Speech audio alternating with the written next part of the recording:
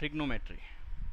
ठीक है, अब ट्रिग्नोमेट्री बेसिकली, आयुष जरा सुनना जरा ध्यान से, ट्रिग्नोमेट्री हमने किसके अंदर पढ़नी है, मैं डायरेक्टली इसके नाम पे नहीं जा रहा हूँ, इसके मीनिंग पे नहीं जा रहा हूँ। ट्रिग्नोमेट्री का मीनिंग फिर भी बताना ज़रूरी रह जाता है हर बार। ट्रिग्नोमेट्री का मीनिंग होता है ट्रायंगल को मेज़र करना। ठीक है, इसको दो वर्ड्स को मिला के इसको बनाया गया है। फर्स्ट वर्ड इज़ ट्रिगोनॉन और जो सेकंड वर्ड है वो है मेट्रोन। ट्रिगोनॉन का मतलब है ट्रायंगल और मेट्रोन का मतलब है मेज़र करना। ठीक है, तो ट्रायंगल को मेज़र करना ही क्या है, ट्रिग्नोमेट्री।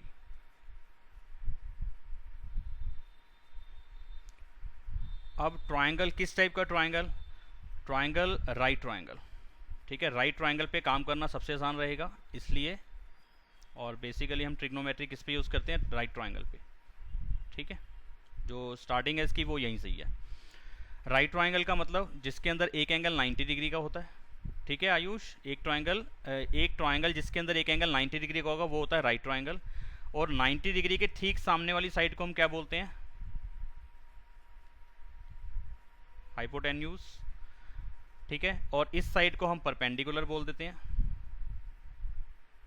और इस साइड को हम बेस बोल देते हैं। और आपने जब कभी पाइथागोरस लगाई होगी तो आपको बताया गया था कि आप चाहो तो इसको परपेंडिकुलर बोल लो और चाहो तो इसको परपेंडिकुलर बोलो, लेकिन अगर इसको परपेंडिकुलर बोलोगे तो ये साइड बेस हो जाएगी, अगर इसको परपेंडिकुलर बोलोगे तो ये साइड बेस हो जाएगी। क्यों, ऐसा क्यों बोला जाता है कि हम ऐसे घुमाएं, अगर इसको हम क्लॉकवाइज घुमाएं तो ये जो ब्लू लाइन है, ये ब्लू साइड जो है वो क्या हो जाएगा, वो नीचे आ जाएगी। ठीक है, और ये वाली साइड कहाँ चली जाएगी, जो बेस है वो इस जगह पे आ जाएगी। ठीक है, जो बेस साइड है अगर मैं उसको ग्रीन कर दूं, ये ग्रीन साइड वो ऐसे चली जाएगी। ठीक है, और ये हाइपोटेनियस कहाँ आ जाएगा, हाइपोटेन्यूज कहाँ आ जाएगा, जैसे मर्जी आप बोल लो इसको, फिलहाल ये यहाँ चला जाएगा। तो अब इसको ऐसे देखोगे तो तुम इसको बोलोगे ना ये परपेंडिकुलर है और ये बेस है।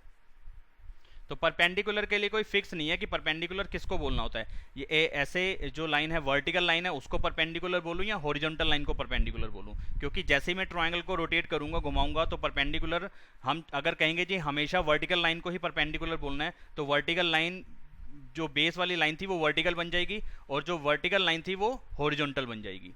जैसे कि यहाँ हो रहा है, अगर मैं इस ट्रायंगल को इस डायरेक्शन में घुमाऊं, जैसे क्लॉक घूमती है, जैसे घड़ी घूमती है ना, ऐसे जैसे घड़ी चलती है उसी तरीके से इसको घुमा दूं तो ये ट्रायंगल कुछ ऐसे ही बन जाएगा। इस टाइम पे हम इसको कहेंगे कि ये बेस हो गया और ये परपेंडिकुलर। अगर हमारे दिमाग में एक बात सेट है कि जो परपेंडिकुलर लाइन, यानी कि परपेंडिकुलर हम किसको बोलते हैं, जो वर्टिकल लाइन हो, अभी तक हम यही सोचते आ रहे थे कि जो वर्टिकल लाइन है वो परपेंडिकुलर है और जो हॉरिजॉन्टल लाइन है वो बेस है। हाइपोटेन्यूज की जो पोजीशन है वो तो फिक्स है कि 90 के ठीक सामने वाली साइड को हाइपोटेन्यूज बोला जाता है, ये तो हमें मालूम है। लेकिन परपेंडिकुलर और बेस के लिए हमारे दिमाग में कुछ अलग अलग बातें चलती रहती हैं कि किसको परपेंडिकुलर बोला जाए। तो हम बच्चों को यही बता देते थे कब तक कि आप मान सकते हो किसी को भी परपेंडिकुलर और किसी को भी बेस, लेकिन ज़्यादातर बच्चे जो ऐसी वाली साइड होती थी, जो वर्टिकल लाइन होती थी, उसको परपेंडिकुलर बोलते हैं और जो नीचे वाली लाइन होती है, जो हॉरिजॉन्टल लाइन है, उसको हम बेस बोलते हैं। बात सही कह रहा हूँ आयुष, माही, क्लियर हो रही है बात क्या बोल रहा हूँ मैं? Yes sir. हाँ, तो इसका मतलब परपेंडिकुलर और बेस जो है अपनी जगह बदलते रहते हैं, लेकिन हाइपोटेन्यूज अपनी जगह नहीं बदलता, वो 90 के ठीक सामने वाली साइड ही होती है। अच्छा, ठीक है, तो अब एक राइट ट्रायंगल के अंदर एक नॉर्मल सी बात ही लेके चलते हैं कि इसको मैं हाइपोटेन्यूज बोलता हूँ, इसको परपेंडिकुलर बोलता हूँ और इसको बेस बोलता हूँ। तो अब मैं इस पे कितने टाइप की रेशो बना सकता हूँ? ठीक है, यानी कि इन साइड्स की अगर आपस में रेशो बनाई जाए तो कितनी रेशो बन सकती है? आप कह सकते हो कि P और H को डिवाइड करके एक रेशो बन सकती है। ठीक है, और दूसरा बंदा कह सकता है कि यार H और P को डिवाइड करके एक रेशो बनती है। यानी कि अगर मानो परपेंडिकुलर साइड ये हो 5, इसको ऐसा करता हूँ, इसको 4 लिख देता हूँ, ये 4 हो, ये 3 हो और ये 5 हो, तो ऐसे में एक राइट ट्रायंगल ही बनता है। ठीक है, तो इससे हम कितनी टाइप की रेशो बना सकते हैं? अगर परपेंडिकुलर की जगह पे 4 है और हाइपोटेन्यूज की जगह पे 5 है तो इसमें रेशो क्या बनी, 4/5। अगर मैं यहीं इसका उल्टा कर दूं तो 5/4। क्या ये दोनों सेम हैं? बताओ, ये दोनों सेम हैं? नहीं सर, अलग अलग है। क्यों अलग है माही? क्योंकि उसमें जो है वो 4/5 की डिफरेंट वैल्यू आएगी और 5/4 की डिफरेंट वैल्यू बिल्कुल सही बात, बिल्कुल सही बात। यही तो फर्क है इन दोनों में कि 4/5 एक अलग रिजल्ट देगा और 5/4 एक अलग रिजल्ट देगा। अगर मैं इसको डेसिमल में ले जाऊं तो 0 पॉइंट कुछ आने वाला है और यहाँ पे करूंगा तो 1 पॉइंट कुछ आने वाला है इसका आंसर। तो दोनों का आंसर में फर्क है ना, इसलिए दोनों रेशो भी अलग अलग हैं। ठीक है ना, क्योंकि आप ये नहीं कह सकते कि नंबर ऊपर नीचे तो एक जैसे ही हैं, बस उल्टा ही तो कर दिया। उल्टा करने से मैथ्स में बहुत फर्क पड़ जाता है। तो एक रेशो तो बन सकती थी P अपॉन में H, एक रेशो बन सकती थी H अपॉन में P। ठीक है, अच्छा ऐसे ही दूसरा, क्या सिर्फ इन दोनों को ही डिवाइड करा सकते हैं? क्या B और H को नहीं डिवाइड करा सकते? करा सकते हैं। अगर मैं B ऊपर रखूं H नीचे रखूं तो ये एक अलग रेशो बन जाएगी, और इसका उल्टा भी कर सकता हूं कि H ऊपर रख दूं और B नीचे रख दूं तो ये अलग रेशो बनी। तो यानी कि देखो कितनी रेशो बनी अब तक, 1 2 ये 3 और ये 4 बन गई। क्या इतनी ही बनेंगी और नहीं बनेंगी? अब मैंने H और P को करा था, H और B को करा था, लेकिन P और B को कहीं लिखा डिवाइड करके? नहीं। तो ये भी तो लिख सकता हूँ, किसी का मन करे P और B को डिवाइड कर दूं तो वो तो मैंने कहीं लिखा ही नहीं। हाँ, इसका मतलब वो भी बननी चाहिए थी, P ऊपर B नीचे, ऐसा भी हो सकता था और इसका उल्टा भी हो सकता है ना। इसके अलावा कोई और रेशो नहीं बना सकते। अब इसके अंदर आप कहोगे सर कहीं पे हमने H और P ना लिखा हो। हाँ लिखा है, H और P भी लिख दिया है, P और B भी लिख दिया है, H और B भी लिख दिया है, सारे कुछ लिख दिया है। इसके अंदर जितनी रेशो आप डिवाइड करा के बना सकते थे ना, वो हमने मैक्सिमम बना लिए हैं। यानी कि इसके अंदर कितनी रेशो बन सकती हैं? 6 रेशोस। ठीक है, ये कितनी रेशोस बन सकती हैं? 6 रेशोस। तो यही हमारी रेशोस ही ट्रिग्नोमेट्रिक रेशोस हैं।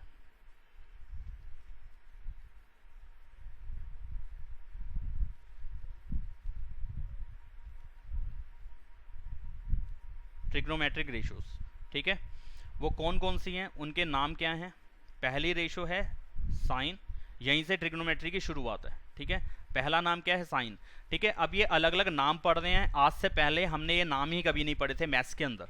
ठीक है, मैथ्स के अंदर हमने स्टार्टिंग में वो natural number, whole number, integer, ये सब चीज़ें पढ़ी। रियल नंबर पे काम करना सीखा। ठीक है, रूट वाले नंबर पे काम करना सीखा। रियल नंबर के अंदर ही आ जाते हैं रूट वाले नंबर भी, तो इन पे काम करना सीखा। फिर हमने मैथ्स के अंदर एक नई ब्रांच पढ़ी, नया चीज़ पढ़ा, वो क्या था? एलजेब्रा। एलजेब्रा में एक्स और वाई आ गया था 6-7 के अंदर, वो पढ़ा हमने। ठीक है, एक चीज़ वो पढ़ ली हमने। और अब हम पढ़ रहे हैं ट्रिग्नोमेट्री। ट्रिग्नोमेट्री के अंदर ये अलग नाम आ रहे हैं, आज से पहले हमने पढ़ा ही नहीं था ये साइन वाइन क्या होता है। ठीक है, तो पहली बार हम पढ़ रहे हैं, तो पहले इनके प्रॉपर नाम लिख रहा हूँ। साइन, ठीक है, दूसरा है कोसाइन। ठीक है, पहला साइन, दूसरा कोसाइन, इसके बाद तीसरा है टेंजेंट। ठीक है, इसके बाद है अगला, पहले तो मैं सीक्वेंस में लिख देता हूं जो सीक्वेंस होना चाहिए। साइन, कोसाइन, टेंजेंट, फिर है को टेंजेंट। ठीक है, फिर है सीकेंट और फिर है को सीकेंट। सबसे पहले दिन तो हमारे को शायद नींद ही ना आए इन सब नामों को सुनने के बाद कि मैथ्स में ऐसा कुछ भी हो गया। अभी तक तो पढ़ते आ रहे थे a प्लस बी का होल स्क्वायर, हाँ ये रट्टा मारा था, a square plus B square plus 2ab। इस तरीके के फॉर्मूले हमने एल्जेब्रिक एक्सप्रेशन वगैरह में पढ़े थे कि x प्लस वाई आ जाए तो क्या लिखना है, और अगर 2x प्लस 3y आ जाए तो पहले तो इसी मुसीबत से हम झेलते रहे। अब ये नई मुसीबत भी आ गई है, नया काम करने का तरीका भी आ गया। हाँ आ गया, बहुत इंटरेस्टिंग टॉपिक है अगर ध्यान से समझो तो, और अगर समझ नहीं पा रहे हो तो मुझे बताते जाना। लेकिन अभी चलने दो क्लास, थोड़ी देर के बाद पूछूंगा कि समझ में आया कि नहीं। अभी कोई मतलब नहीं बनता कि पूछूं कि समझ में आया कि नहीं, क्योंकि नाम ही पढ़ रहे हो, अभी तो अभी समझाया कुछ है ही नहीं, ये तो सिर्फ अभी नाम ही पढ़ रहे हो। अब इतने बड़े बड़े नामों पे हमारे मैथमेटिशियंस ने कहा यार काम करना मुश्किल है, आगे बंदे काम कैसे करेंगे। प्रॉपर नाम, इनका मीनिंग है। अभी मीनिंग बताने का ना मतलब नहीं है। फिलहाल मैं कहूँ कि साइन का मीनिंग है कर्व, तुम कहोगे कर्व कहाँ से आ गया, इस ट्राइंगल के अंदर तो कहीं पे कर्व ही नहीं है। आपकी एनसीईआरटी में इसका मीनिंग लिखा है, लेकिन बहुत से टीचर्स मैंने देखे हैं कि मीनिंग ही गलत बता रहे होते हैं, कि बताते भी नहीं है मीनिंग, और कहते हैं रैंडमली ऐसी नाम लिख दी उन्होंने अपनी मर्जी से। साइन प्रॉपर नेमिंग है और इनका मीनिंग भी है। साइन का मतलब है कर्व, लेकिन कर्व तो कहीं पे है ही नहीं। आपने कहा था ट्रिग्नोमेट्री यूज करनी है राइट ट्राइंगल के अंदर, राइट ट्राइंगल के अंदर तो कोई गोलाई नहीं आई, कर्व ही नहीं है, तो कर्व नाम का क्या मतलब है। इसलिए कह रहा हूँ क्योंकि अभी हम उसकी जो नाम की वास्तविकता है उसको हम 10th स्टैंडर्ड में जानते ही नहीं है, वो हमारे को 11th में पता चलेगा कि इसका साइन का मतलब कर्व क्यों है। ठीक है, क्योंकि इसका ग्राफ ऐसा कुछ बनता है। ठीक है, जो साइन का ग्राफ है वो ऐसे कर्व है, ये इस तरीके का बनता है। अब ये ग्राफ कैसे बनता है जी, इस तरीके का ग्राफ बनता है साइन का। तो अब ये सब बातें बना के मैं तुम्हें कोई इसमें घबराहट नहीं पैदा करना चाहता, क्योंकि तुम पूरी 10th क्लास के अंदर इस चीज़ को पढ़ोगे नहीं, ग्राफ को इस तरीके का। ठीक है, तो टेंशन लेना ही मत। अभी आप समझो कि नया सा टॉपिक है, ये नए नाम है, इनको रटना है, इनका प्रॉपर मीनिंग है, लेकिन हमने फिर भी इनको रट्टा मारना है। ठीक है, पहला नाम क्या है, साइन, फिर कोसाइन, फिर टेंजेंट, फिर कोटेंजेंट, सीकेंट, फिर कोसिकेंट। ऐसे समझ लो ना, जैसे पुराने टाइम पे नाम चलते थे, राम, गीता, मीना, सुरीना, नहीं सुरीना तो कोई नाम ही नहीं होता, ऐसे पुराने से नाम है ना जो आसान आसान थे। आजकल आते हैं मैं नाम भूल गया, मायरा, मायरा करके नाम आया, और बड़े डिफ़िकल्ट से नाम है, ठीक है ना। तो वो नए नाम हैं, अब नई जनरेशन के हमने नई तरीके के नाम रखे हैं, अब बड़ा नेट से ढूंढ ढूंढ के नाम रखे जाते हैं, तो समझ लो ऐसे कोई नाम थे ये, ठीक है। तो नए नाम हमने रट्टा मारने हैं। तो ये साइन इतना बड़ा ना लिख के सिर्फ उन्होंने कहा इतना कर लो बस, ऐसा ही है, ठीक है। इसको सिन नहीं पढ़ना, आपने साइन ही पढ़ना है, ठीक है। कोसाइन का शॉर्टकट, ऐसे करो शॉर्टकट है ये कोस, ठीक है। टेंजेंट का सिर्फ 10 इतना याद रखना है। कोटेंजेंट का सिर्फ COT कोट याद रखना है। सीकेंट का सिर्फ SEC याद रखना है, सीकेंट। और कोसिकेंट का COSE कोसेक, इतना याद रखना है, पहले 5। अब ऐसा क्यों, अगर मैं इसको जैसे अभी तक ऊपर वाले साइन था, कोस था, टेन था, कोट था, सेक था, सीकेंट का मतलब सेक बना था, तो इन सब के मैंने क्या करा, ओरिजिनल नामों में से सिर्फ 3-3 लेटर उठा लिए थे। साइन SIN था, लेकिन यहाँ लिखा SIN।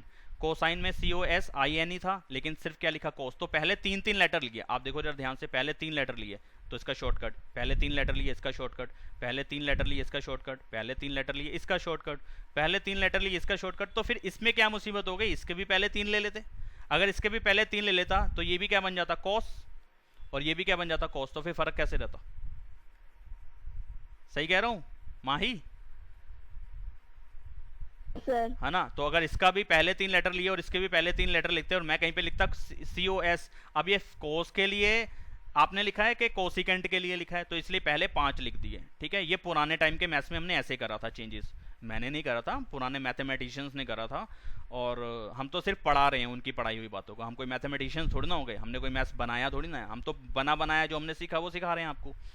तो कोस और कोसेक में फ़र्क करने के लिए, कोसाइन में और कोसिकेंट में फ़र्क करने के लिए कोस और कोसेक लिखा गया, इसके पहले 5 लिए गए। लेकिन आजकल का जो मैथ्स है उसके अंदर CSC लिखते हैं, कोसेक को CSC लिखते हैं, लेकिन हमारी NCERT के अंदर जो बुक है हमारी 11th की, 10th की, 12th की, उसके अंदर अभी तक वो यही नामों को चला रहे हैं, इसी स्पेलिंग को चला रहे हैं, COSEC कोसेक। वैसे आजकल जो है वो ये नया नाम आ गया इसका, CSC, नया नाम नहीं, इसी को लिखने का तरीका ये कर दिया, CSC। अगर आप इसको, इस वर्ड को गूगल करोगे ना तो आपको पता चलेगा कि नया नाम इसका क्या लिखने का है। नया नाम नहीं है, नई एब्रीविएशन है, यानी कि नया शॉर्टकट है। कोसिकेंट ही है लेकिन लिखते क्या है, CSC, ठीक है। और पुराना क्या लिखते थे, ये COSEC, ठीक है। तो अभी हमने यही चलाना है, क्योंकि हमारी बुक में ये नाम नहीं यूज़ किया गया, तो हम इसको यूज़ नहीं कर सकते, क्योंकि क्वेश्चन में हमारे को मिलेगा यही, ठीक है। तो ये कुछ एक बातें थी जो मैंने बता दी, और इसका अभी फ़िलहाल इसको याद रखने का मीनिंग अभी आपका नहीं बनता, ठीक है। तो आपने ये 5-6 रेशो आपने याद रखनी है, ठीक है, ये 6 नाम याद रखने हैं। आयुष बेटा कुछ समझ पा रहे हो क्या बोल रहा हूँ मैं,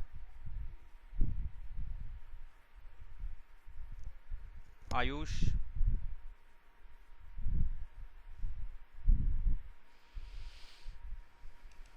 आयुष बेटा आवाज़ नहीं आ रही आपकी, अनम्यूट करो पहले अपने आप को और फिर मुझे बताओ।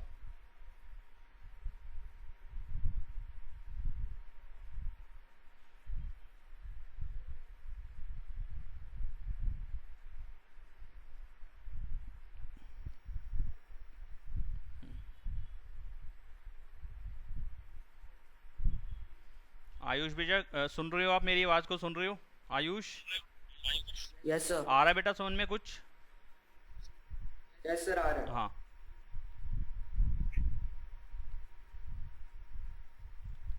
एक सेकेंड बस कर लो, म्यूट कर लो। जब कोई मैं पूछूं बात या कोई क्वेश्चन आपका बने, डाउट हो, तो अपना आपको अनम्यूट करो और बोल दो, या फिर मैसेज कर दो, जैसा चाहो।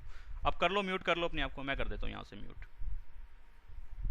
चलो हाँ जी, तो ये हो गए इनके नाम। अब सबसे बड़ी बात आई कि सर ये जो नाम आपने दे दिए, ये नाम किसका है?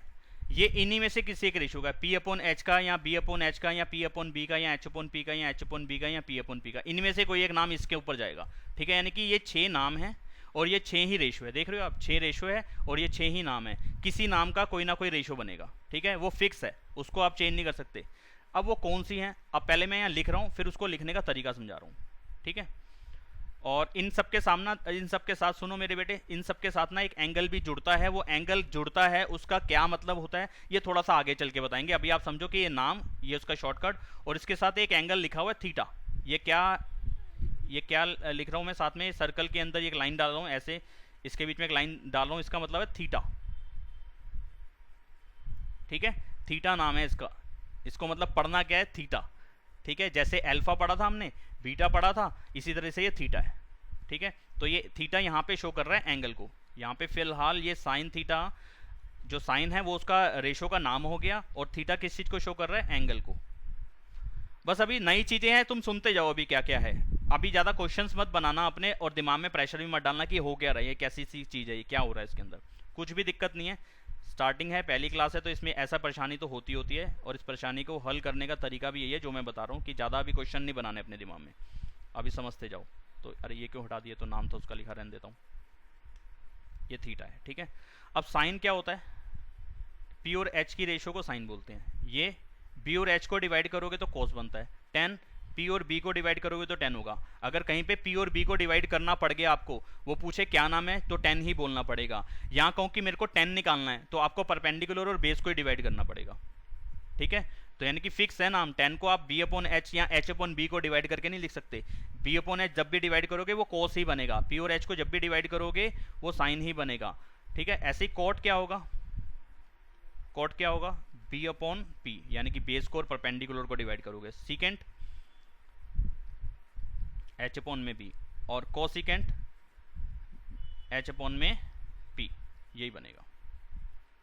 ठीक है, अब आपको मतलब कि देखो सबके अलग अलग नाम है, पी अपॉन एच कहीं पे नहीं आ रहा होगा, कहीं और पे नहीं आ रहा होगा, लेकिन इसका उल्टा आ रहा है एच अपॉन पी। ठीक है, तो यानी कि मैंने क्या करा, ये 6 के 6 जो ये नाम, ये रेशो थी ना, इनके जो नाम थे वो इनके सामने लिख दिए। यानी कि पी अपॉन एच को जब भी, पी और एच को जब भी डिवाइड करोगे, यानी कि परपेंडिकुलर ऊपर होगा, हाइपोटेन्यूज नीचे होगा, तो वो साइन ही बनेगा। या कॉस जब भी निकालना होगा तो तुम्हें बी और एच को डिवाइड करना पड़ेगा, यानी कि बेस ऊपर रखना पड़ेगा और एच नीचे रखना पड़ेगा। अच्छा सर, तो फिर मैं इनको याद कैसे रखूंगा, ऐसे तो मेरे को बड़ी दिक्कत आ जाएगी, पी और एच, ये तो बड़ी कंफ्यूज करने वाली बात होगी कि किसको कैसे याद रखूं। तो इसके लिए ना हमारे कुछ टीचर्स ने, पढ़ाने वालों ने, जब हमने पढ़ा था, यानी कि आज से मुझे करीब कितने साल हो गए हैं, मेरे ख्याल से 23 साल हो गए मुझे अपनी 10th करी हुई। ठीक है, तो जब हमने 10th करी थी, जब हमने पढ़ाई करी थी, तब भी हमारे टीचर्स ने हमें यही तरीका समझाया था जो मैं आज आपको सिखाने वाला हूँ। तो यानी कि देखो कितना पुराना मेथड था ये पढ़ने का, जो शॉर्टकट है उसको लिखने की ट्रिक। ठीक है, अब वो क्या ट्रिक थी इन नामों को याद रखने की। अब आपको लग रहा है ना कि दिक्कत आएगी ना, मैं कहूँ कि कोट निकालो, अब आप 2-3 दिन लगाया, आपने रट्टा भी मारा, तो हो फिर भी आपको कंफ्यूजन रहेगी, यार कोट की वैल्यू बी अपॉन पी थी कि पी अपॉन बी थी। इसमें कंफ्यूजन आएगी कि ऊपर पी आएगा कि नीचे बी आएगा, ये सही है कि ये सही है, कंफ्यूजन रहेगी। लेकिन सही तो ये वाला है जो पहले लिखा था, बी अपॉन में पी। यार इसको मैं याद कैसे रखूँ, यार मैं इसको याद कैसे रखूं, सबसे बड़ी दिक्कत बच्चों के सामने ये आई। तो इन दिक्कतों को दूर करने के लिए हमारे पुराने टीचर्स ने हमें एक शॉर्टकट समझाया था, वो शॉर्टकट मैं आपके सामने लिख रहा हूं। वो था बड़ा प्यारा, बड़ा इंटरेस्टिंग, पढ़ते जाओ मेरे साथ। क्या लिखा है ये, क्या लिखा है मेरे बेटे, पंडित, फिर क्या लिख रहा है, बद्री। माही देख रहे हो ना, यस सर। फिर क्या लिखा, पंडित बद्री प्रसाद।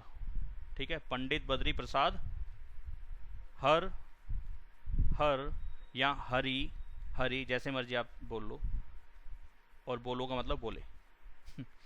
पंडित बद्री प्रसाद हरी हरी बोले। और पंडित जी है ना, पंडित जी हैं, पंडित जी, पंडित जी। तो पंडित जी, अच्छे मंदिर के पंडित जी क्या होते हैं, अच्छे मंदिर के पंडित जी बन जाओ तो क्या होगा, बड़ा फायदा होगा। क्यों, सुबह सुबह लाला जी आएंगे और 200 का नोट दे जाएंगे, है ना। पंडित जी, जयराम जी की, पंडित जी कहेंगे आयुष्मान भव, लाला जी आपका कारोबार बहुत बढ़े। लाला जी खुश होकर अपनी गड्डी निकालेंगे और 200 का नोट दे जाएंगे। दूसरे लाला जी आएंगे वो 500 का दे जाएंगे। तीसरे लाला जी आएंगे वो और रईस होंगे तो वो 2000 का भी दे जाएंगे। कई तो गड्डियों की गड्डियां डाल जाते हैं मंदिरों के अंदर। तो पंडित जी बनने का क्या फ़ायदा है, पंडित बद्री प्रसाद हर हर बोले, देन आखिर में क्या करें, सोना चांदी तोले। पंडित जी बन जाओ तो क्या करो, सोना चांदी तोलो, ऐश मारो।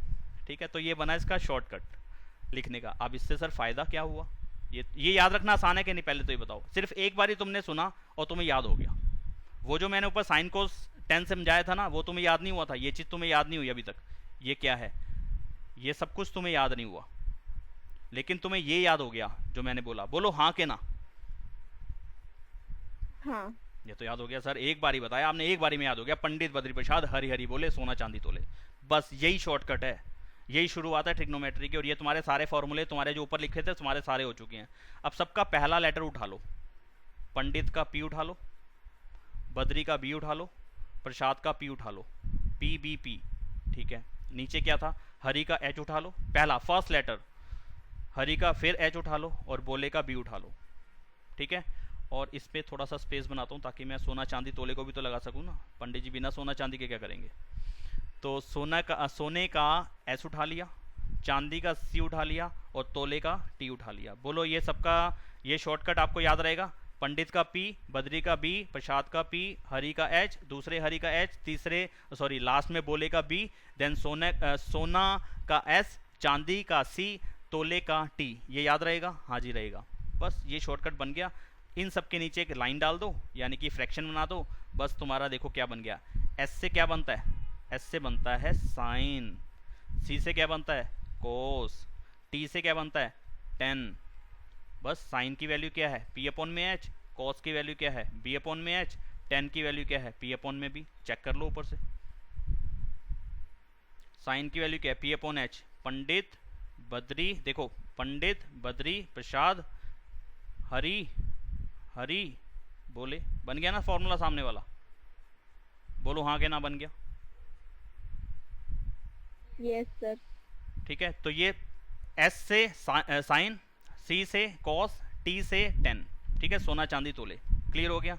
बाकियों का क्या करें सर, बाकी तीन का, बाकी तीन तो उल्टे ही थे। बस इन नामों को याद रख लेना, ये वाले जो इनके ट्रिग्नोमेट्री के जो रेशोज थे उनके जो नाम थे। ट्रिग्नोमेट्रिक ये है ट्रिग्नोमेट्रिक रेशोज। शुरुआत ही यहीं से है ट्रिग्नोमेट्री की। सबसे पहले हम इनके नामों पे काम करेंगे। इनके नाम हैं क्या, ये नाम है ट्रिग्नोमेट्रिक रेशियोज, इनको बोलते हैं trigonometric ratios.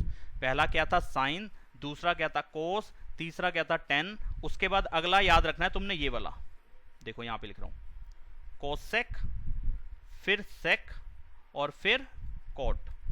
Cosec sec coat, पहला साइन, दूसरा कॉस, तीसरा टेन, फिर कोसेक, फिर सेक, फिर कोट। ये तुमने 6 नाम अगर सीक्वेंस में याद रख लिए, 3 ऊपर वाले और 3 नीचे वाले। और पंडित जी वाला गाना, पंडित बद्री प्रसाद हर हर बोले, पंडित बद्री प्रसाद हर हर बोले, बस आपका काम हो गया। कॉसेक की वैल्यू क्या होगी, ये नीचे लिख दिया ना, तो इसका मतलब ये उल्टा कर देना, एच अपॉन में पी। सेक इसका उल्टा कर दो, एच अपॉन में बी। कॉट इसका उल्टा कर दो, बी अपॉन में पी। यानी कि कॉसेक बन गया एच अपॉन में पी, सेक बन गया एच अपॉन में बी, कॉट बन गया बी अपॉन में पी। ये आपको नीचे अलग से लिखने की जरूरत नहीं है, ये आप ऐसे समझ लो कि जब मैं नीचे लिख रहा हूं तो इसका मतलब वो उल्टा कर देना उसका। ठीक है, तो ये मेरा एक शॉर्टकट बन गया फॉर्मूला। सारे ट्रिग्नोमेट्रिक रेशियोज को, उनकी वैल्यूज को लिखने का एक शॉर्टकट बन गया। अब शॉर्टकट दोबारा से लिख के बता रहा हूं।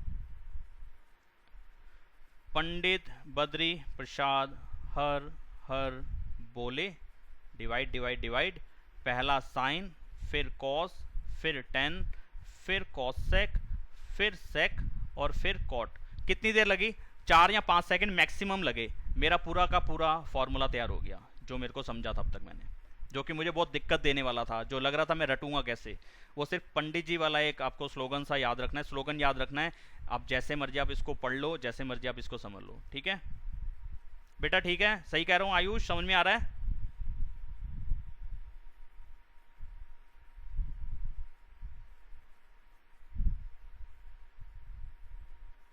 माही समझ में आ रहा है बेटा? Yes sir. Ayush late reply कर रहे हो बेटा, मेरे तक आपका रिप्लाई आ नहीं रहा है। सर ये सारा सर। ओके चलो जी, अब इस पे काम करना सीखते हैं। ये तो हमने इनके नाम और इनके नामों को की क्या क्या वैल्यू बननी चाहिए थी वो हमने सीख लिया। अब जैसे कि ये सर यूज़ कैसे करना है, अब ये भी समझा दो यूज़ कैसे करना है। एक राइट ट्रायंगल लिया, एक राइट ट्रायंगल पे ही काम करना है। ट्रिग्नोमेट्री, पूरी ट्रिग्नोमेट्री हमने किस में पढ़नी है, राइट ट्रायंगल पे पढ़नी है। तो भाई 1 मिनट तुम्हारे ग्रुप में ना जरा मैसेज कर दूँ, थोड़ी सी क्लास उनकी लेट करते हैं आज। तुम्हारी जो दूसरी क्लास है मेन, वो भी आज के लिए लेट है थोड़ी सी।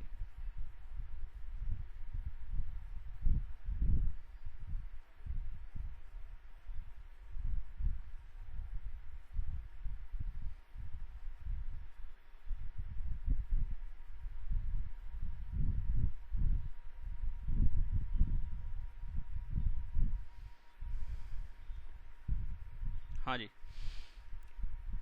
देखो ये है 90 डिग्री का एंगल। राइट ट्रायंगल में आपको समझ में आ रहा है कि मार्क करने की अलग से जरूरत नहीं है, आपको पता चलता है कि 90 डिग्री कहाँ होगा इस टाइप के ट्रायंगल में, राइट ट्रायंगल में।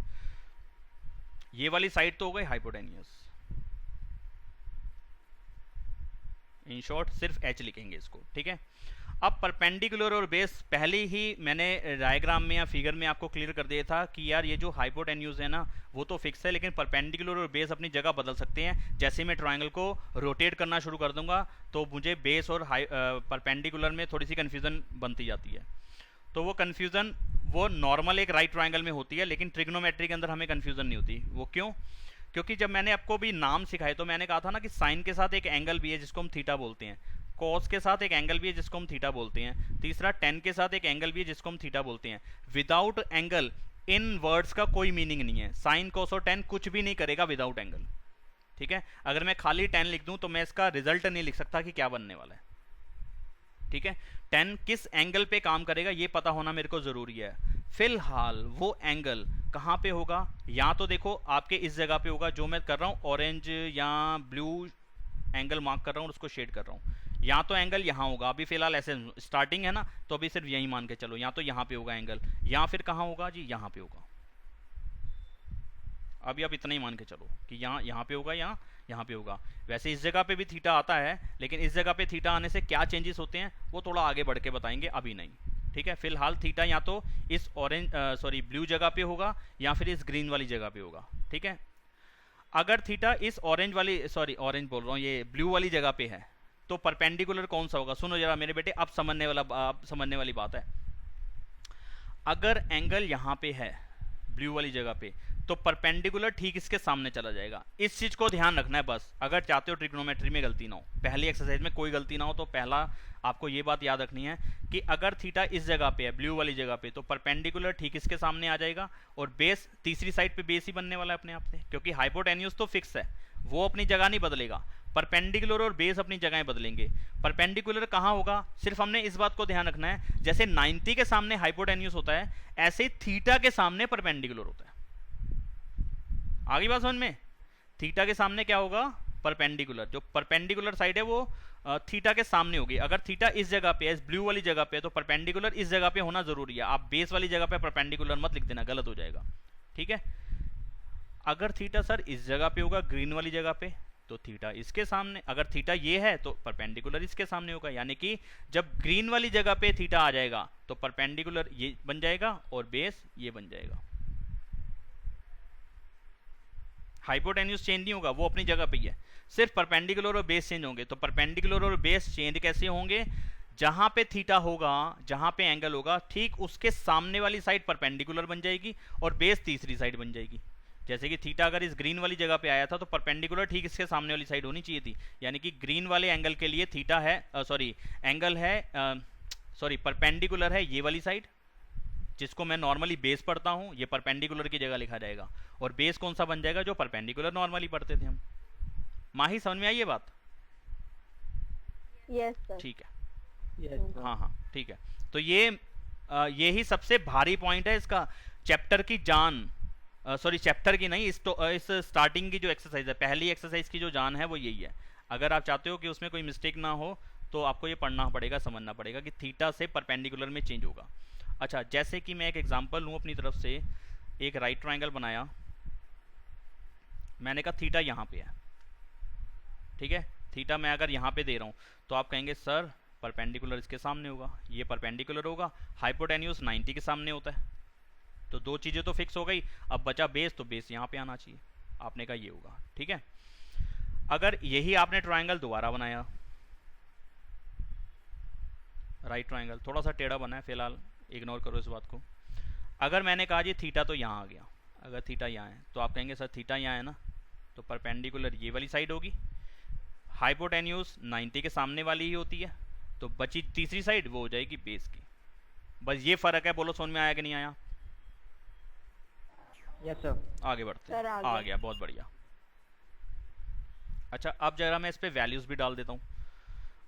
मानो कि ये होता 4, ये होता 3 और ये होता 5। अब मैं बोलूँ इसके अंदर बेटा साइन निकालना, साइन थीटा कॉस थीटा और टेन थीटा। तो आप कहते साइन का ना यार फॉर्मूला याद नहीं आ रहा, मैंने रट्टा तो मारा था, याद नहीं आ रहा। शॉर्टकट, पंडित जी वाला शॉर्टकट, 3 सेकंड में पंडित बद्री प्रसाद हर हर बोले, हो गया। 3 सेकंड से भी कम टाइम लगा, ये शॉर्टकट लिख लिया। पहली रेशो है साइन की, दूसरी रेशो है कॉस की। ये थोड़ी खिचड़ी पक रही है, थोड़ा सा खुला लिखता हूँ इसको, खिचड़ी ना पके। शॉर्टकट, पंडित बद्री प्रसाद हर हर बोले। पहली रेशो साइन की, दूसरी रेशो कॉस की, तीसरी रेशो टेन की। सीधी सीधी जैसा दिख रहा है। तो यानी कि साइन बनेगा पी अपॉन में एच, कॉस बनेगा बी अपॉन में एच, टेन बनेगा पी अपॉन में बी। जहां दिक्कत आए, जहां लगे समझ में नहीं आ रहा बोल देना। अच्छा जी, परपेंडिकुलर क्या है इस ट्राइंगल के लिए? ये ट्राइंगल 1 था, तो मैं ट्राइंगल 1 पे काम कर रहा हूँ अभी। ठीक है, तो परपेंडिकुलर की जगह पे 4 आना था, 4 लिख दिया। हाइपोटेन्यूज की जगह पे 5 आना था, 5 लिख दिया। हो गई साइन की वैल्यू इसमें 4 अपॉन में 5। कॉस की वैल्यू बेस अपॉन में हाइपोटेन्यूज। बेस कितना है 3, हाइपोटेन्यूज कितना है 5। ये बेस की वैल्यू, सॉरी ये कॉस की वैल्यू आ गई, नॉट बेस की वैल्यू, कॉस की वैल्यू। 10 की वैल्यू परपेंडिकुलर अपॉन में बेस। परपेंडिकुलर कितना है? परपेंडिकुलर है 4, बेस है 3, 4 अपॉन में 3। बस आंसर आ गया तुम्हारे पास। ठीक है। अच्छा सर वो 3 भी तो बची थी, वो 3 भी तो बता दो। नाम सीक्वेंस में याद रखना है, ये सीक्वेंस याद रखना है। मैंने इससे पहले भी जिन बच्चों को पढ़ाता हूँ, जब भी पढ़ाया मैंने, तो मैंने हर साल यही बताया, गाना याद रखना है आपने। कौन सा? एक तो पंडित जी वाला स्लोगन, एक दूसरा याद रखना है, गाना ये याद रखना है, sine cos 10 cosec sec cot, sine cos 10 cosec sec cot, sine cos 10 cosec sec cot. Sequence, पहला साइन, फिर कॉस, फिर 10, फिर कोसेक, फिर सेक और फिर कॉट। ठीक है, तो मतलब साइन का उल्टा कोसेक, सेक का कॉस का उल्टा सेक और 10 का उल्टा कोट। बस इनको उल्टा करके लिख दो। 4 अपॉन 5 का 5 अपॉन में 4, सेक हो जाएगा 3 अपॉन 5 की जगह 5 अपॉन में 3, और 10 का उल्टा कोट होता है यानी कि 3 अपॉन में 4।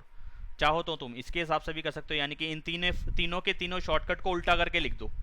पी अपॉन एच की जगह H upon P, B upon H की जगह पे H upon B, P upon B की जगह पे बी अपॉन पी। तो ये बन जाएगा, पहला बनेगा कॉस सेक, फिर सेक और फिर कॉट। याद रखना इस बात को। अब इसके लिए ये वाला रट्टा मारना पड़ेगा तुम्हें, पहला साइन, दूसरा कॉस, तीसरा 10, फिर इसके बाद कॉस सेक, फिर सेक, फिर कॉट। अगर ये वाला शॉर्टकट आपने ध्यान रखना है तो बस, बाकी तो हो गया तुम्हारा काम फिर। ठीक है, ये समझ में आया? ये वैल्यूज निकालनी आई? Yes sir. आ गई। ठीक है। हाँ, अच्छा अब एक ही ट्राइंगल में ना मैं 2 थीटा पे काम करना इकट्ठा सिखा रहा हूँ, फिर तुम्हारे को समझो फर्स्ट एक्सरसाइज का 95% पार्ट तुम्हारे को क्लियर हो गया। फर्स्ट एक्सरसाइज का 8.1 का, नॉट पूरे चैप्टर का, सिर्फ 8.1 का।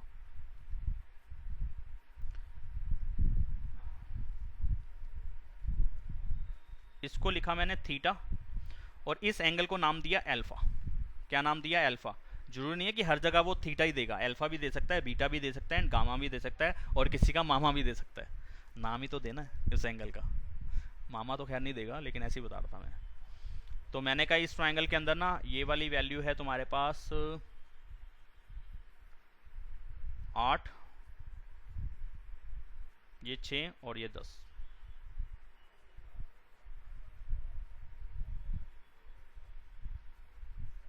ठीक है, इस पे भी राइट ट्राइंगल ही बनेगा 8, 6 और 10 पे। ठीक है, अब मैंने कहा कि यार इसमें ना फाइंड करो, फाइंड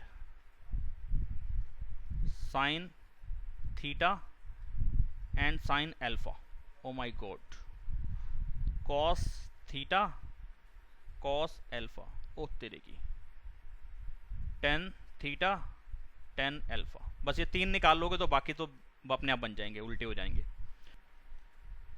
ये क्वेश्चन था हमारे पास। तो तुम्हें क्या करना है, सबसे पहले तो साइन का रूल शॉर्टकट लिख लो यहाँ पे साइड पे। सबसे पहले आपको हर क्वेश्चन के लिए यही करना है, शॉर्टकट लिखना है। मैं यहाँ लिख रहा हूँ कोने पे, पंडित बद्री प्रसाद हर हर बोले। सीक्वेंस तुम्हें याद ही है, पहला साइन का, दूसरा कॉस का और तीसरा 10 का होता है।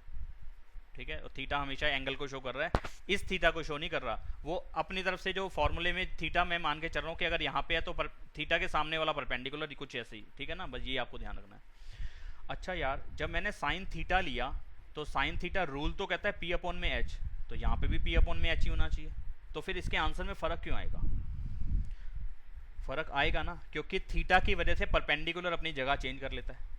थीटा जहाँ पे होता है ठीक उसके सामने वाली साइड परपेंडिकुलर हो जाती है। तो यहाँ पे थीटा दो अलग डिफरेंट पोजीशन पे है। थीटा एक बार नीचे है और अल्फा एक बार ऊपर है, यानी कि अल्फा भी एंगल को शो कर रहा है, थीटा भी एंगल को शो कर रहा है। ठीक है, तो ये थीटा लिखने का मतलब है एंगल। ये जो फॉर्मूले वाला थीटा है इसको लिखने का मतलब है एंगल की बात कर रहा है वो। अच्छा जी, फिर इसका आंसर बनेगा क्या? आप सर आंसर पे आ जाओ, सारी बातें तो हो गई। देखो, अगर मैं थीटा वाली जब भी वैल्यू ले रहा हूँ, यानी कि इस वाले एंगल को जब भी ले रहा हूँ रेड वाले को, तो थीटा परपेंडिकुलर रहेगा ये 8 और बेस रहेगा 6। ठीक है, तो परपेंडिकुलर की जगह पे क्या आएगा 8, हाइपोटेन्यूज की जगह पे तो 10 ही आना था। ठीक है, हाँ जी ठीक है। अच्छा, अगर मैं इस वाले को लूँगा तो परपेंडिकुलर कितना होगा? अल्फा, अल्फा एंगल है ना, तो अल्फा के सामने क्या होगा? परपेंडिकुलर। तो इस टाइम पे परपेंडिकुलर कितना होगा? 6, हाइपोटेन्यूज कितना होगा? 10। बोलो बात समझ में आई? ये वाली पहली बात ये तुम्हें भेजे में आई कि नहीं आई? यस हाँ सर, सर आ आ गई। गई। तो बस यही मेन है इसके अंदर कि हमें परपेंडिकुलर और बेस को पकड़ना है कि वो एक्चुअलिटी में है कहाँ पे। जहाँ पे थीटा उसके सामने परपेंडिकुलर हो जाएगा, बस हमें इस बात को ध्यान रखना है। और रूल तो याद रखना ही रखना है। जैसे 10 का रूल क्या है, इस शॉर्टकट के हिसाब से मुझे पता चला कि ये 10 का रूल तो P अपॉन में B है। तो ऊपर परपेंडिकुलर आना था, नीचे बेस आना था, ऊपर परपेंडिकुलर आना था, नीचे बेस आना था। लेकिन दोनों के आंसर सेम नहीं होंगे। एक ही ट्राइंगल में दो अलग अलग जगह पे थीटा है। थीटा मतलब एंगल। ये मत कहना कि सर ये तो अल्फा है, आप इसको थीटा के बोल रहे हो। मैं जब भी थीटा वर्ड यूज कर रहा हूँ तो उसका मतलब है उस 10 के लिए जो एंगल है, यानी कि 10 के लिए यहाँ पे एंगल है थीटा और यहाँ पे एंगल है अल्फा। अगर 10 थीटा निकालूंगा मैं, तो माही बताना जरा आप क्या लिखूंगा? परपेंडिकुलर की वैल्यू कितनी होगी? 10 थीटा की वैल्यू क्या बताओ फटाफट।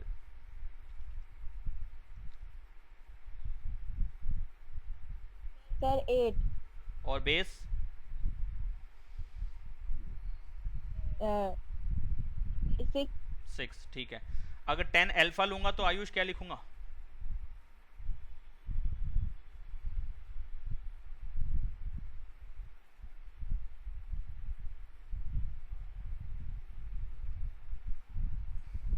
Ayush hello sir. हाँ बोलो, 10 अल्फा में क्या लिखूंगा आंसर?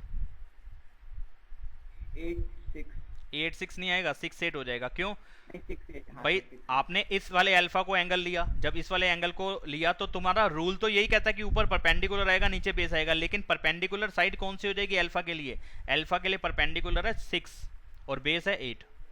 ठीक है, अब तुम इस क्वेश्चन को ऐसे भी लिख सकते हो, और अगर कंफ्यूजन है तो इसके लिए 2 बार डायग्राम बना सकते हो। कैसे? एक बार थीटा के लिए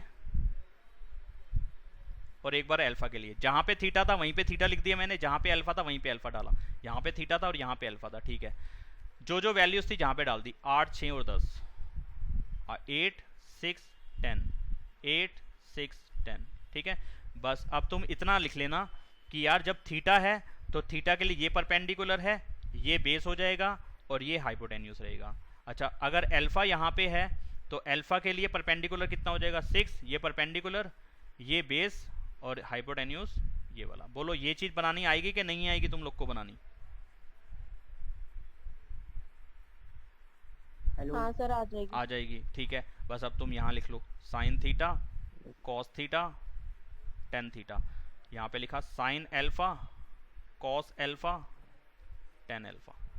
ठीक है, शॉर्टकट के हिसाब से यहाँ लिख रहा हूँ पंडित बद्री प्रसाद हर हर बोले।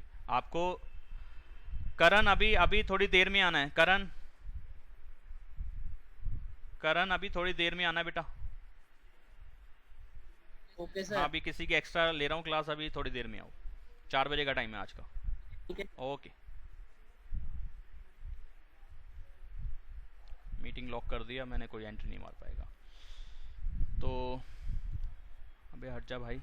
साइन की वैल्यू कितनी आ जाएगी? पी अपॉन में एच। कॉस की वैल्यू क्या होती है फॉर्मूले के हिसाब से? बी अपॉन में एच। और टेन की वैल्यू शॉर्टकट से मुझे पता चला पी अपॉन में बी होगा। ठीक है, अच्छा साइन अल्फा फॉर्मूला तो वही रहेगा, पी अपॉन में एच, बी अपॉन में एच और पी अपॉन में बी। अब काम रह गया सिर्फ वैल्यूज डालने का। तो मैंने दो अलग अलग ट्रायंगल बना लिए, तो मेरी कन्फ्यूज़न ही खत्म हो गई। मैंने जब थीटा यहाँ था तो लिख दिया परपेंडिकुलर ये होगा, बेस ये होगा, हाइपोटेन्यूज ये होगा। जब थीटा यानी कि एंगल यहाँ पे होगा, जिसको मैंने अल्फा नाम दिया था क्वेश्चन के हिसाब से, तो परपेंडिकुलर ये होगा, बेस ये होगा, हाइपोटेन्यूज ये होगा। तो बस फटाफट अपने अपने ट्रायंगल देखो और पेलते जाओ उसके अंदर। परपेंडिकुलर की वैल्यू 8, बेस की वैल्यू 6, बेस की वैल्यू 6 और h की वैल्यू डालनी थी यार, यहाँ पे मैंने गलती से बेस की वैल्यू डाल दी, यहाँ पे 10 आनी थी, यहाँ पे भी 10 आएगी। परपेंडिकुलर की वैल्यू यहाँ कितनी है 8 और बेस की वैल्यू कितनी है 6। तो मैंने सिर्फ इसके लिए जो ट्रायंगल देखा वो ये वाला ट्रायंगल देखा, जहाँ पे मैंने सिर्फ थीटा ही लिखा हुआ है, ठीक है। और जब मैं अल्फा वाले पे काम करूंगा तो अल्फा वाला ट्रायंगल देख लूंगा और वहाँ पे परपेंडिकुलर क्या मैंने लिख ही दिया, ये परपेंडिकुलर की जगह पे डालना है, ये बेस की जगह पे डालना है और ये हाइपोटेन्यूज की जगह पे डालना है, ठीक है। तो यहाँ तुम्हें अब कोई कंफ्यूजन नहीं रही कि किसको बेस मानना है किसको हाइपोटेन्यूज मान रहा है, वो पहले ही हमने नाम उसके हिसाब से लिख दिए, दो अलग अलग ट्रायंगल बना के, बस अब वैल्यूज ही तो लिखनी है। अच्छा, अल्फा वाले केस में परपेंडिकुलर कितना है बताओ जरा। अल्फा वाला केस ये रहा, अल्फा वाला ट्रायंगल ये रहा, 6 है ना परपेंडिकुलर, तो 6 आ गया। हाइपोटेन्यूज कितना है 10 है। अच्छा 10 यहाँ पे बेस की जगह क्या डालूं, 8 वो लिखा ही हुआ है, लिखा ही हुआ है, देखो यहाँ पे लिखा ही हुआ है मैंने। इस अल्फा वाले पूरे क्वेश्चन के लिए अब जो जो वैल्यूज लिखनी है उसके नाम मैंने उनके सामने ही लिख दिए हैं, कोई कंफ्यूजन है ही नहीं अब। अच्छा परपेंडिकुलर कितना है, 6 बेस कितना है, 8 बस इसके साइन कोस 10 ये बने, इसमें साइन कोस 10 ये बने, और जो कि अलग अलग है आप देख लो। इसमें साइन की वैल्यू इससे मैच नहीं कर रही, इसकी कोस की वैल्यू इस कोस से मैच नहीं कर रही, इसकी 10 की वैल्यू इस 10 से मैच नहीं कर रही, लेकिन एक ही ट्रायंगल में थे दोनों ये। तो आपको ध्यान रखना है, यानी कि किस चीज़ से फ़र्क पड़ा, सिर्फ एंगल की वजह से फ़र्क पड़ गया। एंगल ने अपनी जगह चेंज करी, परपेंडिकुलर ने भी अपनी जगह चेंज कर ली, पर हाइपोटेन्यूज फिक्स है, तो इसका मतलब बेस भी नेचुरली अपनी जगह चेंज कर लेगा, क्योंकि जब परपेंडिकुलर उसकी जगह पे आ जाएगा तो बेस उसकी जगह पे चला जाएगा, चेंजेस तो होने ही थे। Hello sir. हाँ बेटा। सर, तो थीटा और वो थीटा की जगह हम वो कोई एंगल का नाम नहीं रख सकते, अल्फाबेटिक ए बी सी ऐसे? हाँ बिल्कुल बिल्कुल होंगे, एबीसी भी होंगे, आपके एनसीईआरटी में दिए हुए हैं ना, ओके हो सकते हैं। जैसे कि यहाँ पे क्वेश्चन देखो, अब क्वेश्चन कैसे आएगा, मैं आपको अपनी तरफ से एक क्वेश्चन लेके दे रहा हूँ। In triangle P Q R angle Q is 90 degree, ये क्वेश्चन लिख रहा हूँ मैं ऐसे, ठीक है। एंड पी क्यू, एक राइट ट्राइंगल पहले बना लेते हैं, इसके हिसाब से मैं क्वेश्चन सेट करता हूँ। यहाँ अपनी तरफ से रैंडमली कोई भी वैल्यू डाल रहा हूँ। P Q is equal to 6 centimetre and P R is equal to 5 centimetre. Find sine, फिलहाल जो आपके क्वेश्चन आएंगे ना वो इस पे नहीं आएंगे, इस वाले एंगल पे नहीं आएंगे। साइन, अब साइन क्यों नहीं पूछेगा, वो चेंज होगा, उसका कुछ करने का तरीका अलग रहता है, लेकिन जो बेसिक क्वेश्चन है ना उस पर ये नहीं पूछता। वो पूछेगा साइन पी की वैल्यू निकालो, कॉस पी की वैल्यू निकालो और टेन पी की वैल्यू निकालो। और मैं क्वेश्चन और बढ़ा रहा हूँ, साइन आर की भी वैल्यू निकालो, कॉस आर की भी वैल्यू निकालो, टेन आर की भी वैल्यू निकालो। अब ये क्वेश्चन आया, अगर तुमने ये क्वेश्चन समझ लिया तो आपकी जो 8.1 है, मैंने यहाँ पे बुक खोली हुई है, नहीं खोली हुई, ये खोली हुई है तुम्हारी बुक, ये है 8.1। तो 8.1 ये तुम्हारे 11 क्वेश्चन है, 11 में से जो 11th क्वेश्चन है वो तो ट्रू फॉल्स का है। फिलहाल अगर उसको छोड़ते हो तो तुम्हारा सिर्फ 6 क्वेश्चन छूटेगा, बाकी सारे क्वेश्चन हो जाएंगे, 1 से लेकर 10 तक के सारे क्वेश्चन हो जाएंगे, अगर तुमने जो अब क्वेश्चन समझा रहा हूँ वो समझ में आ गया तुम्हारे तो, ठीक है। तो बड़े ध्यान से समझना।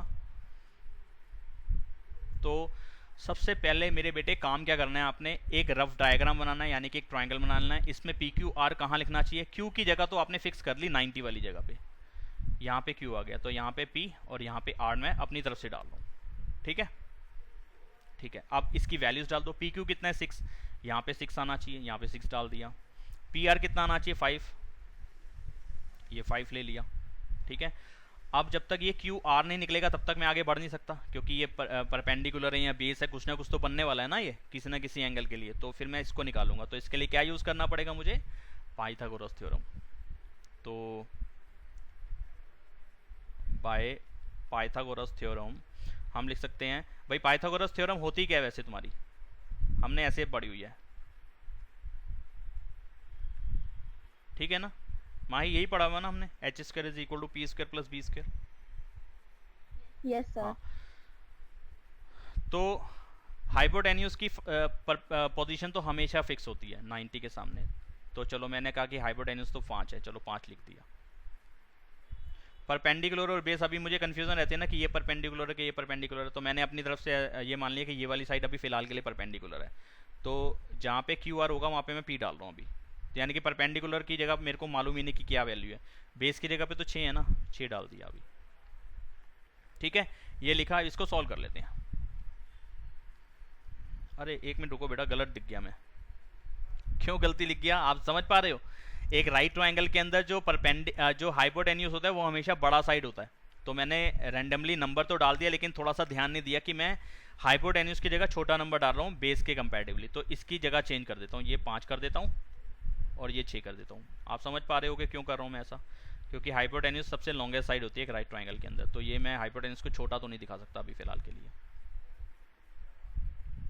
जब मेरे को इस तरीके के क्वेश्चन मिलेंगे तो। ठीक है, तो यहाँ पे थोड़े से चेंजेस करता हूँ मैं। यहाँ पे 6 आना चाहिए और यहाँ पे 5 आना चाहिए। समझ में आ रहा ना क्या गलती कर दी थी मैंने क्वेश्चन लिखते हुए? हाँ, 36 25। अच्छा क्या होगा? 36 माइनस 25, 6 और 5 को माइनस करेंगे 1, 3 और 2 को माइनस करेंगे 1। तो पी स्क्वायर कितना आया? 11। अगर मैं पी की वैल्यू निकालूंगा तो क्या हो जाएगा? √11। ठीक है, तो एक चीज़ आपने शायद समझी हुई है कि नहीं समझी हुई मुझे नहीं मालूम, कि ऐसा कभी देखा था हमने, ये भी कभी करा था ज़िंदगी में, प्लस माइनस लिखा था कि नहीं लिखा था? याद आ रही है ऐसी बात?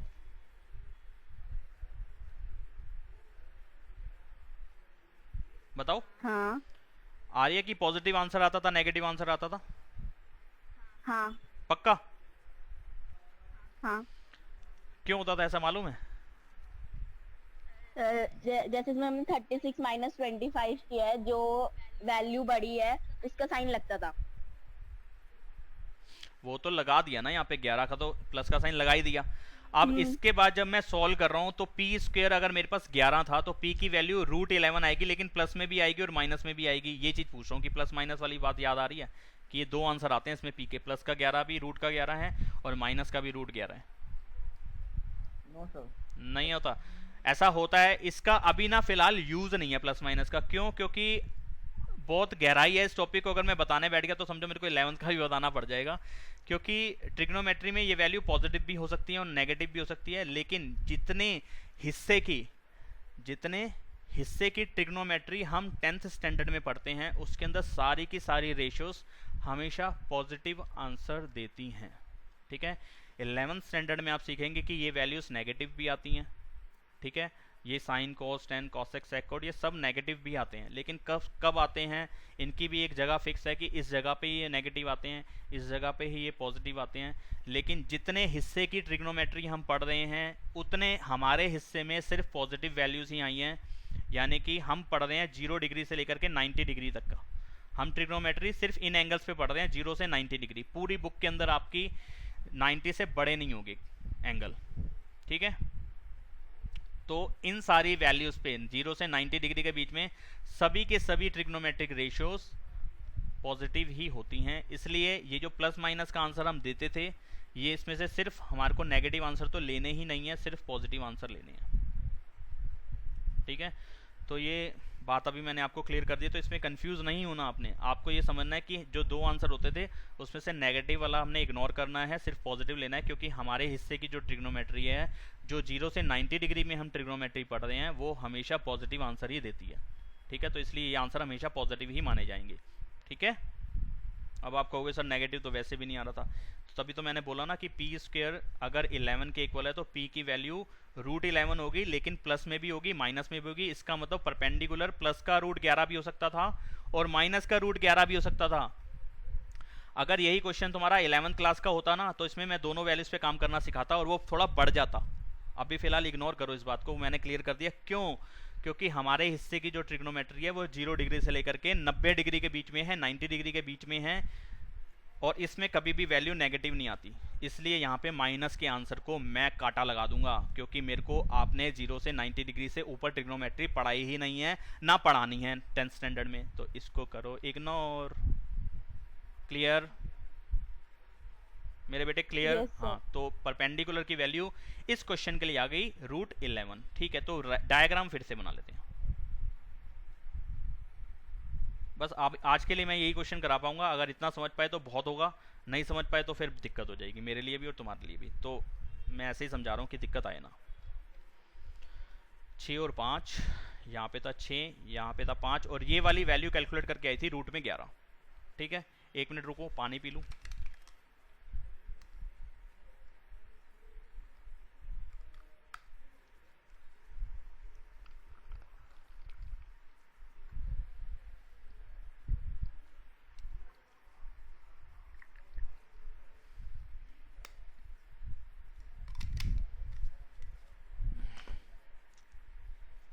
हाँ जी, तो आपने मुझसे सर क्वेश्चन क्या पूछा था?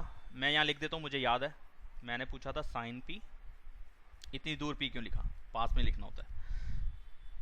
Cos P, tan P and sine R, cos R, tan R. इस क्वेश्चन में कोई भी आपकी दिक्कत होगी तो मुझसे पूछ लेना, क्योंकि मैं नहीं चाहता आपकी एक्सरसाइज खराब हो जाए पहली।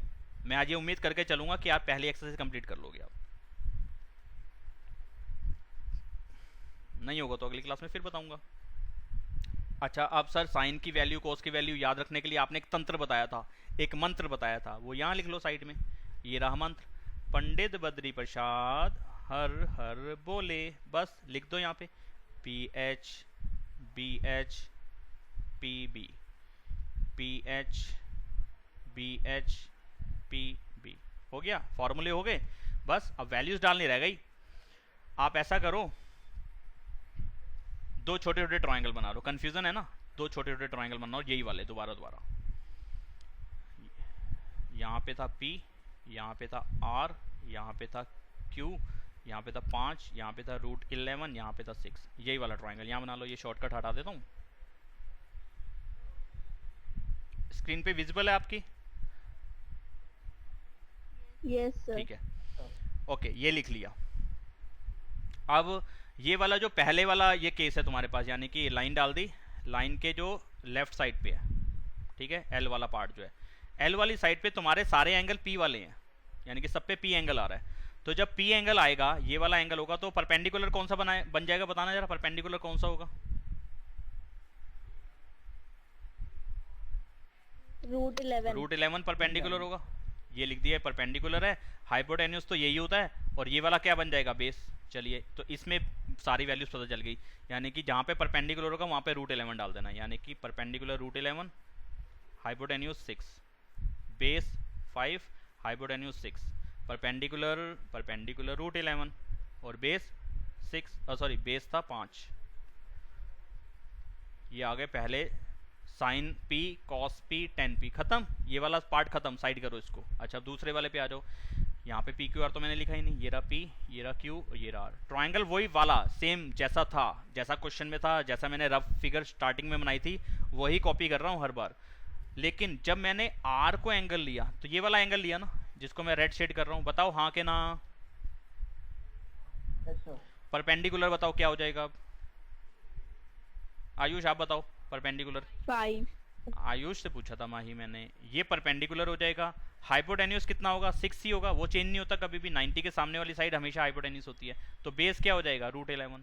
बस इस वाले R के लिए तुम्हारे को पता चल गया परपेंडिकुलर की वैल्यू क्या है, बेस की वैल्यू क्या है, हाइपोटेन्यूज की वैल्यू क्या है। लगा दो उसकी जगह, perpendicular 5, hypotenuse 6, base √11, hypotenuse 6। Perpendicular 5, देखना जरा क्या लिखा है। परपेंडिकुलर की जगह पे 5 लिखा है, कहीं फिर पे ये वाली वैल्यू को डाल दो, बेस की जगह पे √11। अब ये बताओ समझ में आया कि नहीं आया? आ गया। अब एनसीईआरटी का क्वेश्चन फटाफट से थोड़ा सा आइडिया दे रहा हूँ, फिर हम अपनी नॉर्मल क्लास पे आते हैं, और वो तुम्हारे समझ में तो आएगी नहीं दोनों की, क्योंकि वहाँ तक अभी हम पहुँचे ही नहीं है। ट्रिग्नोमेट्रिक आइडेंटिटीज ले सकते हो क्लास, माही तो अब पिछली 3 क्लासेस ले ही रही है वैसे ही, तो समझ में तो कुछ आ नहीं रहा, लेकिन आज की क्लास भी ले लेना, कोई बात नहीं। एक चाइनीज़ मूवी समझ लेना कि जो समझ में नहीं आ रही ऐसी देख रहे हैं, ये तो समझ में आएगा कि यहाँ लड़ाई हो रही है, तो तुम्हारे को भी समझ में आएगा नहीं। चाहो तो ले लेना क्लास आज की वो वाली, और बाकी कोशिश मैं कर रहा हूँ कि नेक्स्ट क्लास में कोई नया चैप्टर उठा लूँ और तुम्हारा साइड बाय साइड ये भी चलाता रहूँगा, ट्रिग्नोमेट्री एक एक्स्ट्रा क्लास लेता रहूँगा, और वो ध्यान से करते रहना, ये ना हो कि समझ में भी ना आए और टाइम भी मेरा भी वेस्ट करो और अपना भी। तो जैसे कि ये पहला क्वेश्चन तो इसी तरीके से करना है,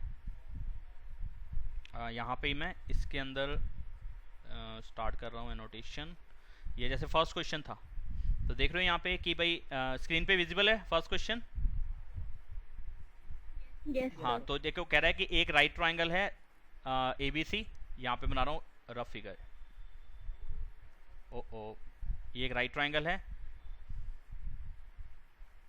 और राइट एंगल एट B, यहाँ पे B बना दिया, यहाँ पे तुमने यहाँ बनाता हूँ वाइट पोर्शन पे, यहाँ पे B बनाना है 90 डिग्री वाली जगह पे, ठीक है। और A कहीं पे भी डालो और C कहीं पे भी डालो, तुम्हारी मर्जी है। अच्छा, AB कितना है 24, ये 24 डाल दिया। BC कितना है 7, ये 7 डाल दिया। तो पाइथागोरस का यूज़ करके तुम ये वाली साइड निकाल सकते हो, निकाल लोगे पाइथागोरस यूज़ करके, जैसे भी मैंने √11 निकाल के दिखाई थी ऐसे तुम निकाल सकते हो, जो भी वैल्यू आ जाएगी। उसके बाद जो भी XYZ जो भी वैल्यू आ गई, ठीक है, जो भी आ गई यहाँ पे मैं उसको x डाल देता हूँ फिलहाल, ये x आ गया, कैलकुलेशन करके तुम्हारा जो भी आएगा तुम यहाँ लिख देना। साइन A निकालना है, कॉस A निकालना है, यानी कि थीटा उस टाइम पे ये ले लेना है, ठीक है। और जब साइन C निकालना है और कॉस C निकालना है तो उस टाइम पे थीटा कौन सा ले लेना है, ये वाला ले लेना है, ठीक है। अगर C वाला थीटा है तो रेड वाला परपेंडिकुलर हो जाएगा, ये वाला बेस हो जाएगा, ये वाला तो हाइपोटेन्यूज रहेगा ही रहेगा। लेकिन जब हमारा ब्लू वाला थीटा था, ये वाला थीटा था, तो परपेंडिकुलर ये वाला हो जाएगा, बेस ये वाला हो जाएगा, और हाइपोटेन्यूज तो अपनी जगह वही रहेगी। बोलो बात समझ में आती कि नहीं आती? कर पाओगे ये वाला क्वेश्चन तो? अच्छा जी, अब हाँ, अब आगे जरा बढ़ता हूँ मैं, जरा क्वेश्चन एक लेता हूँ थर्ड वाला। थर्ड क्वेश्चन मैं अपनी स्क्रीन पे कॉपी कर रहा हूँ। अरे ये इरेज नहीं हुआ भाई, तू एक सेकेंड गाइस।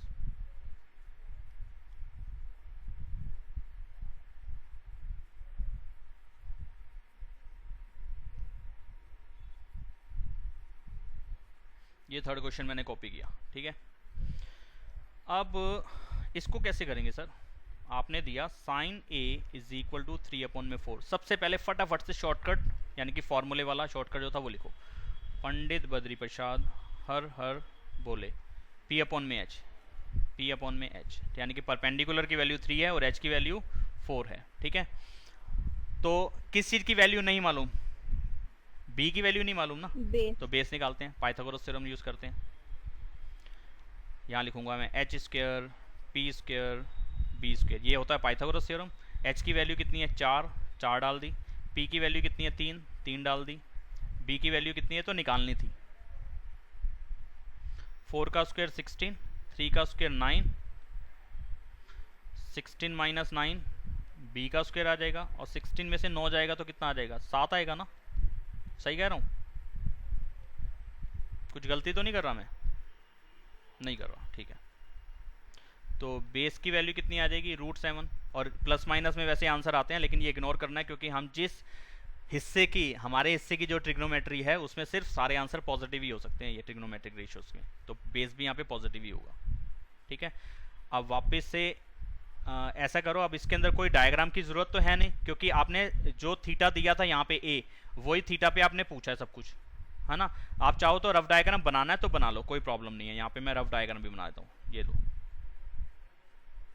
तो A यहाँ पे मान लो कि इस जगह पे थीटा है, तो वहाँ पे उन्होंने A ही बोला है ना, A, तो ठीक है मैं A यहाँ पे ला लेता हूँ। तो यानी कि थीटा के सामने वाली साइड होगी परपेंडिकुलर, परपेंडिकुलर जगह यहाँ आएगी, तो परपेंडिकुलर की वैल्यू कितनी दे रखी है आपने? 3। बेस की वैल्यू कितनी निकाली? √7, और हाइपोटेन्यूज की वैल्यू कितनी है?